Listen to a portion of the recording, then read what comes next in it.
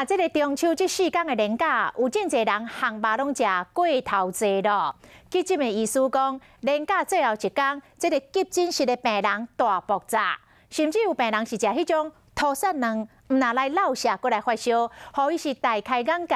讲现代人这个烘肉实在是愈来愈奇怪咯。像这个土沙卵到底是啥？以前听都唔捌听过。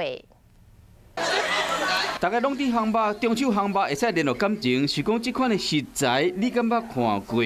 这是土沙，前这是土沙卵，时常出现伫药膳的小食店。有网友食这个土沙的卵，结果讲发烧挂急诊，医生写讲土沙的卵是啥物？较早咱拢唔捌烘过。有网友讲，感觉是俗胖狗卵，某人讲土沙拢是食烂去的物件，你若烘无熟，食落腹肚底，下场恐惊会真辛苦。 第一次听到这样的消息啦，其实如果煮得很熟啦，应该就比较没有关系了。不过淡水鱼真的要很小心处理。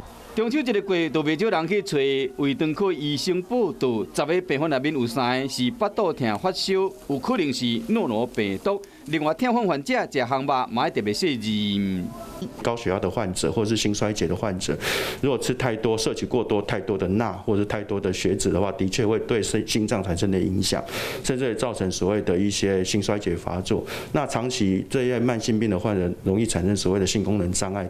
烘肉内面有海产、肉类，搁配米仔酒，一喙煞一喙。痛风患者恐惊会真够引起尿酸超过标准。